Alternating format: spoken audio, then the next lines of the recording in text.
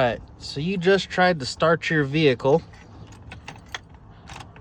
and all you get is click. Before you rush out and buy a battery, try this first.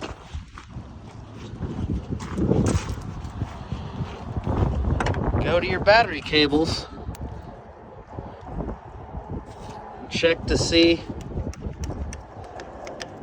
if they're tight.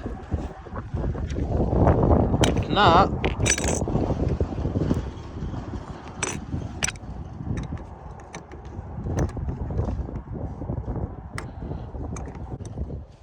tighten it up real quick.